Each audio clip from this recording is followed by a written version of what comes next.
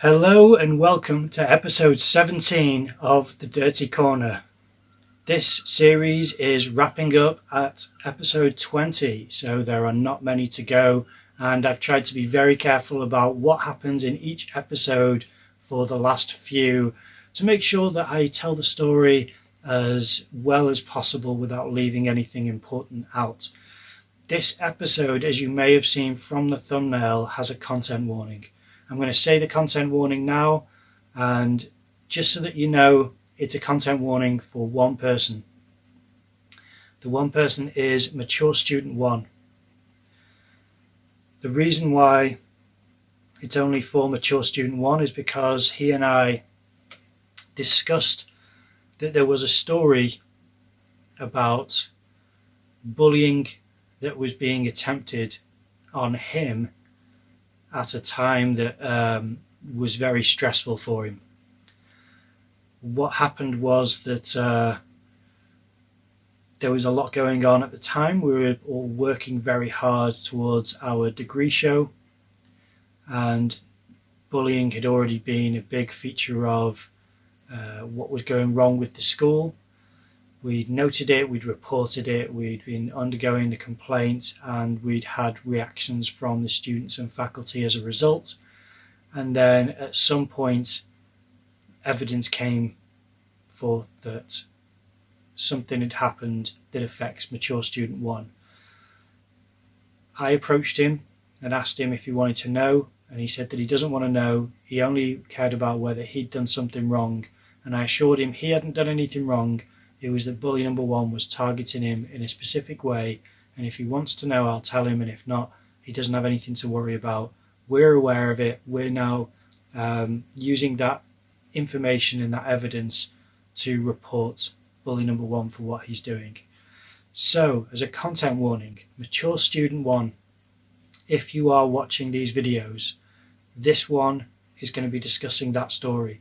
If you don't want to know how bully number 1 was targeting you and also sharing this information with the dean's wife, then don't watch this video, because this will go into the details and show images that were pertinent to this story. I appreciate why you didn't want to know about this story, and that's why I'm trying to be careful to let you know, because you and I have been on road trips together, we've been to galleries together, we've been in a show together, an art show, we've had lots of nice chats about artwork, and we've got through this horrible, difficult complaint about faculty and students at the art school. And I don't want you to be burdened with something which, for all this time you've not had to be aware of. So here's the content warning. If you don't want to know about it, don't watch this episode. And for everyone else, this shouldn't be especially difficult to watch. This isn't covering anything which is more harsh than anything else that I've shown on this series, but it does illustrate the malicious nature of the bullies, and it also highlights a few other things that I'll get into later. So, without further ado, this episode is going to be called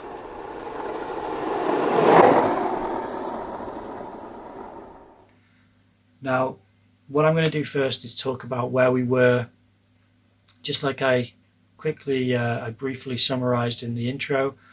We were coming up on our degree show.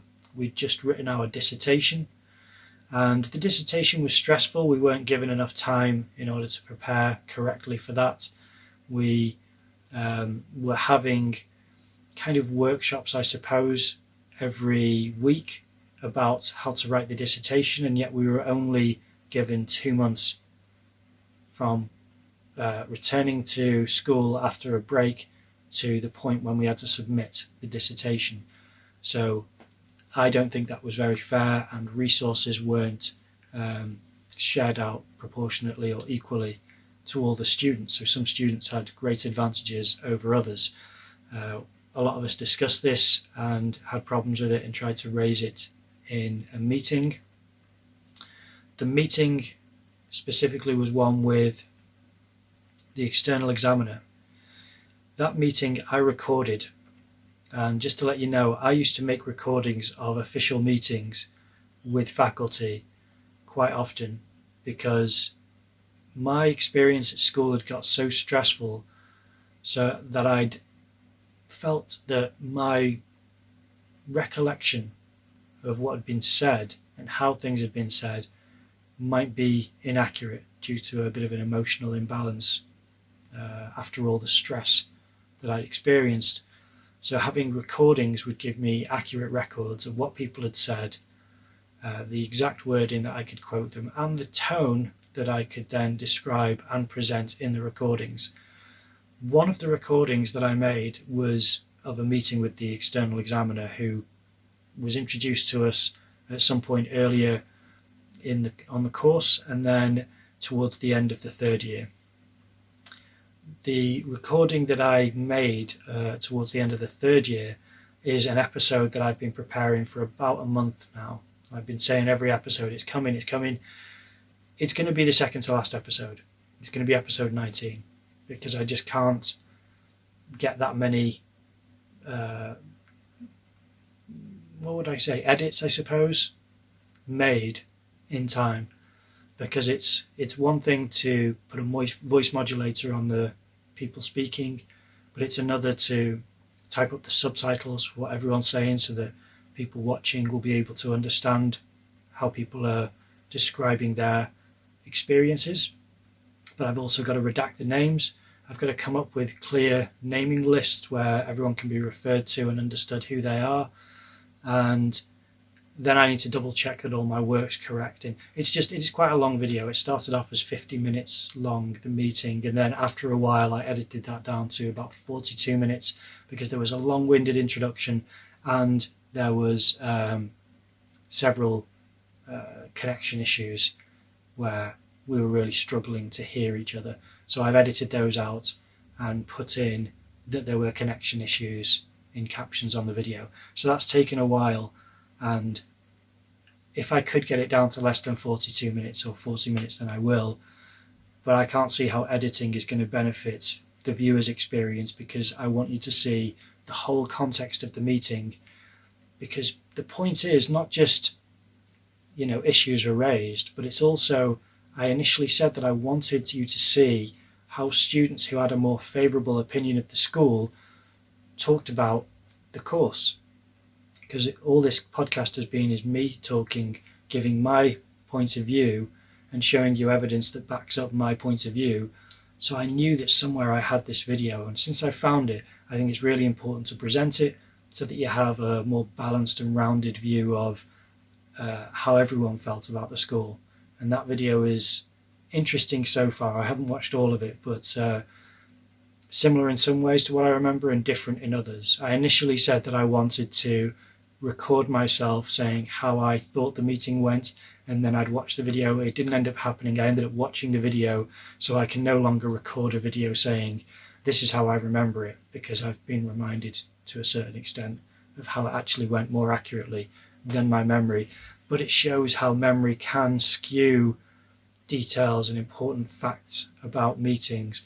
It's why it was so important for me to have recordings of official meetings. I wouldn't record anything with students. I would never record phone calls. I would only record meetings with faculty. Now, this was a meeting with the external examiner and quite a few students, but that's an official meeting, and I think it was quite important. And at this point, I think it's quite valuable a recording to have so that I can show you accurately what that sounded like. So that'll be episode 19. In that video, complaints were raised about the dissertation and the issue with the timeline that we had. So that will be covered in that video as well. So that was happening, or that had already happened, I should say, the dissertation. We were coming up on our degree show, so a lot of students were preparing their work, trying to secure a space. And a lot of conversations were happening around what was and was not legitimate forms of work production, and that seemed a little unfair as well. For example, one student wanted to make t-shirts showing his work, and he was told that he couldn't because bully number 1 had done t-shirts. I don't see why that matters. Why would it matter if one student's already done t-shirts? If 2 students do t-shirts, that's a compare and contrast thing. They're not in the same room together. I don't see what the issue would be. It just felt as though the person who wanted to make t-shirts was mature student 1. The person who made students was bully number 1. And it just seems typical that one would gain favour over the other. This video incidentally includes t-shirts as well. This is not officially for the degree show or for any kind of artwork. This was just for the purpose of bullying. So here's how it happened. We had, studio friend and I had received a message saying that we are being disciplined or having a disciplinary meeting regarding the podcast and things that we discussed in it. Part of the reason why we were being disciplined is that they said it was we defamed other people. It was defamation, and I don't think they used the word slander, but there was some other word. And studio friend had given the dictionary definition of defamation and said this is why it isn't defamation. And also I tried to make the case that it was vexatious, and if you've seen the video you'll know what I'm talking about. If you haven't seen it, then I will leave a link for the disciplinary meeting here. In that video, I always say I'm curious why it wasn't thrown out as a vexatious claim, and that may sound like a strange thing to say without context, and I tried to give context in the video. I'll give it again now just so in case you haven't seen it. It was part of the wording of the disciplinary procedure protocol, their kind of rules that we'd read through, is that we can get this claim against us thrown out if we can prove that it's vexatious. And we made a big case, both studio friend and I made a long case that this is why it's vexatious. And vexatious just means that they are making this claim against us in retaliation to our complaint about them. In fact, studio friend wasn't part of the complaint. It was just that she was in this podcast with me, so therefore she was associated with me. I was spearheading the complaint. I was the spokesperson for a group complaint. So she was just got tangled up in that, fortunately, just collateral damage. And the case that we were making was incidents of bullying and harassment and the mental and emotional stress that it caused on lots of students about the tone and also the frequency of unpleasant interactions that were occurring on campus from bully number 1, bully number 2, and bully number 3, who hasn't had as much of a mention, but she deserves it because she was a problem. She's the one who burnt crude oil in the studio, even when my German friend said, I think this is dangerous, it's making me concerned for having respiratory illness, and she just dismissed that and kept doing it. She's also the one who came up to me and said something weird to me in the first year about being a curator of an exhibition, and when I tried to explain to her my experience with curating exhibitions with other people, she just went like that and walked off as if, just kind of like a Mean Girls kind of thing, it was weird, and I didn't recognise it as bullying at the time, but that's what she was trying to do. She was also the person who, in the meeting on Teams, I tried to reach out to because she had lost a member of her family, and I'd recently lost a member of my family. So I tried to make that connection with her and tell her that if she ever needs to talk, that I've experienced something similar and I'm happy to be there for her. And I was met with silence, and then they all started laughing and joking after, ignoring me. That is a form of bullying. It's kind of a covert bullying as opposed to an overt bullying, but that's what it is. That's what people do. I'm not the only one to experience this, not even in uni. I've heard a story of this happening where it wasn't even art school, it was some other platform where that happened to someone. The point being, bully number 3 has not been highlighted like she deserves to have been for the negative and unpleasant person that she was. But the most prominent events of bullying happened by bully number 1, and then bully number 2 was close second to that. This story is bully number 1. And when we were, when studio friend and I were making our case that it was a retaliatory claim against us when we were being disciplined, she'd said that she has screenshots of something which bully number one had been spreading around. I didn't know this story at all. I was completely unaware of this. But apparently, bully number one had found on Instagram a cross-dresser who he said looked similar to mature student one in his face. He had a similar face. So his idea was to get several images of this cross-dresser, print them onto t-shirts, and use them to mock and humiliate mature student one. This is something which he showed to young girls.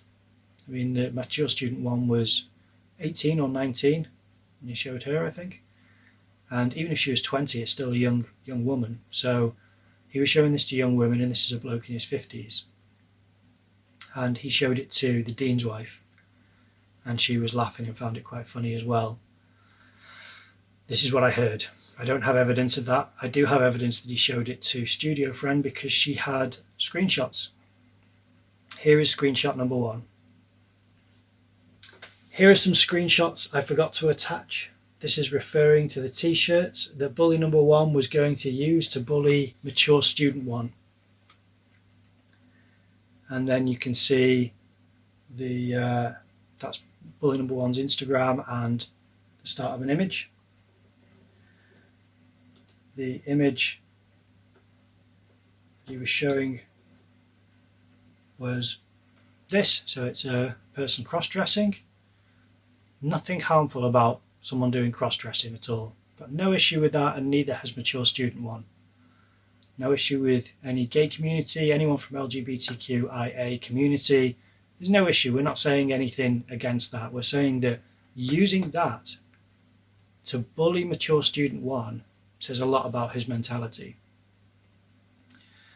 To try and expand on this, in the previous episode when I mentioned that the two people who had made a complaint about mature student one of whom was faculty who worked in the art shop. The other one, I believe, was a returning student who I'd had a weird interaction with, but I haven't mentioned on the podcast, and I'm not going to get into it because it wasn't significant enough and it's only memories, it's not evidence backed, so I won't get into it. But that's who I understand this person to be.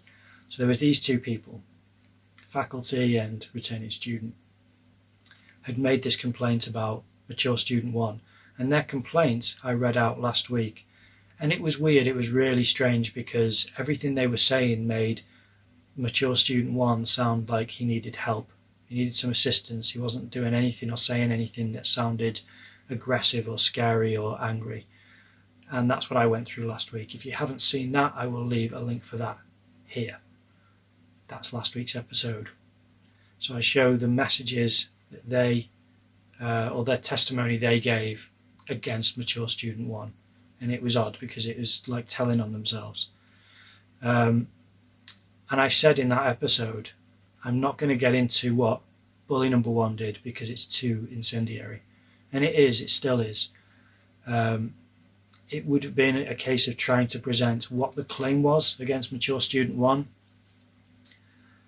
If it's not true, what it means. If it is true, what it means. And trying to say why it's still illegitimate, even if it's true. And I didn't believe the claim was true. It was trying to do some character assassination and get him removed from the school. Part of the claim was that he was being homophobic. Now, it's not something which I discussed last week, but it's pertinent now because the idea that was being presented by bully number one was that he'd found it really offensive that mature student one had said something that he deemed as homophobic. I think that he lacks credibility. This is bully number one. And I think even if it was true, there would be an argument of why what he was doing was in bad faith. Bully number one, what he was doing was in bad faith. And the evidence for that is partly here. That's why I'm mentioning it now, is because him saying that and yet him plotting to do this suggests that he's not exactly an ally of gay people or cross-dressers or anything like that. If he's using that as saying, this is you, this is what you get up to, and it's a picture of a cross-dresser on a t-shirt and saying that's you, that's what you get up to. And he said he can't get in trouble for it, because if anyone said, you're wearing that t-shirt to bully mature student 1, he'd say, no, I'm not, this is just a t-shirt that I'm printed off of a cross-dresser. Nothing wrong with that, and that was his plausible deniability. Showed how immature and how malicious he was. But here are some more of the images, just to show you what he had planned. And it just shows how targeted some students were by the bully and also all the bullies. And the fact that a studio friend had said that she'd seen bully number 1 show these images and tell this idea to the dean's wife, I believe her when she said that, because the dean's wife was definitely corrupted and was quite happy to protect and support people who were obviously being unpleasant and unkind to other students. All of this stuff may seem quite petty, but when you're trying to earn a degree and you're trying to get along with people, to be part of an out-group when you've done nothing wrong really, you're trying to ask legitimate questions, you're trying to better yourself, and you're now not liked by the faculty because they're friends with the bullies. You're not liked by some of the students because they are the bullies. It's a really stressful environment to be in, and it's very hard to do decent work and to do yourself justice when you feel like you don't have any support. Even if you're supported by a small group of friends, the kind of overall environment is one that you are ostracized from the group, and you're the problem.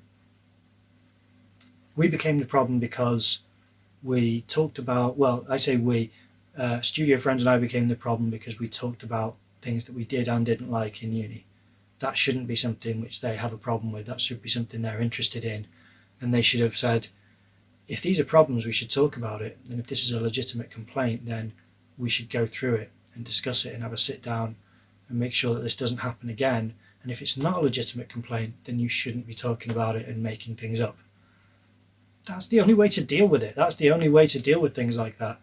But instead they said, no, you're a problem, take down the podcast. This is bullying the dean's wife, it's bullying bully number 1 and bully number 2 and bully number 3. They have recognised themselves in your testimony about toxic behaviour, even though you haven't described them, you haven't named them, you haven't named the school.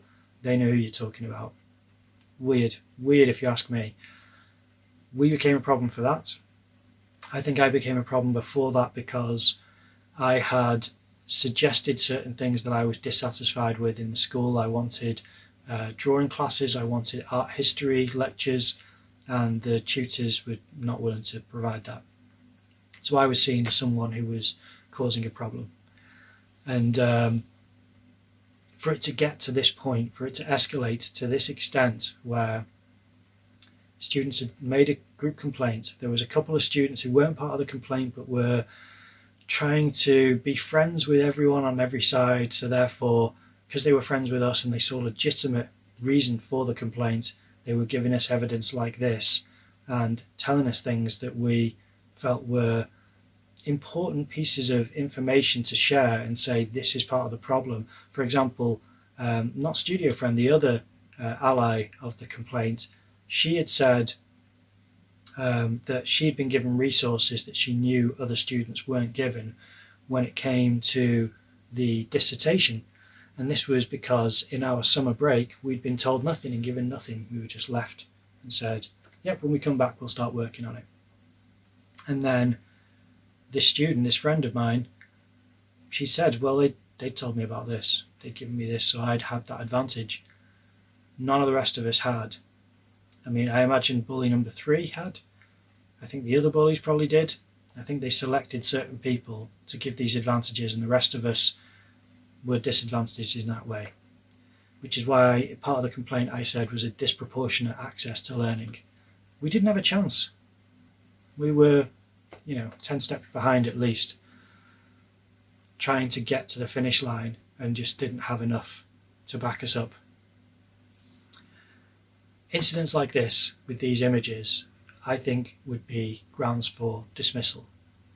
For not only bully number one, but if it could be proved and given his testimony that the dean's wife had known about this, laughed about it, not done anything, she should have been suspended and under investigation.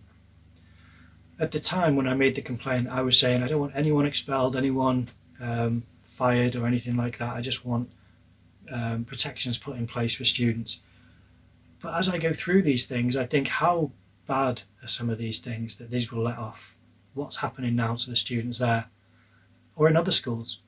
One of my meetings with the painting tutor, he'd said that a school that he went to was known for having a good art education, and he said that was a myth.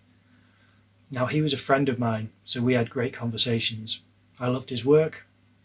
We talked about different aspects of painting and galleries and art generally, and we got along great. But then when it came to talking about the problems at the school, I would tell him that if it weren't for you, a lot of these students would have left, and I'm one of them, because if he wasn't there, there'd be no reason to stay. He knew that. There were problems with that school that are probably problems with a lot of schools, but there were other things that were not, they can't be indicative of all schools. The graffiti on the walls of other students, the assault that happened in the toilets of one of the young students, the physical assault of a student being shoved in the corridors, the criminal damage of people's artwork where it was either being smashed or stomped on or a nail shoved through it, the harassment and intimidation of students by the faculty in different ways, whether it was the complaint against us and suggesting that we are targeting them, and the complaints board siding with them and turning around that complaint really quickly, where I was dragging their feet with our complaint, me being removed from the Students' Union Voice Forum, and lots of other things that I've discussed, whether it's disrespecting people's artwork or mistreatment or whatever. And then to this here, where bully number one, just to remind you, was a student representative. So you have all of the students in the studio. Say it was 20 students. It was more than that, I think, but let's say it was 20 students. There are two students who are the top of the class. They are the ones who talk to the tutors, and if any students have any issues, we talk to the student representatives.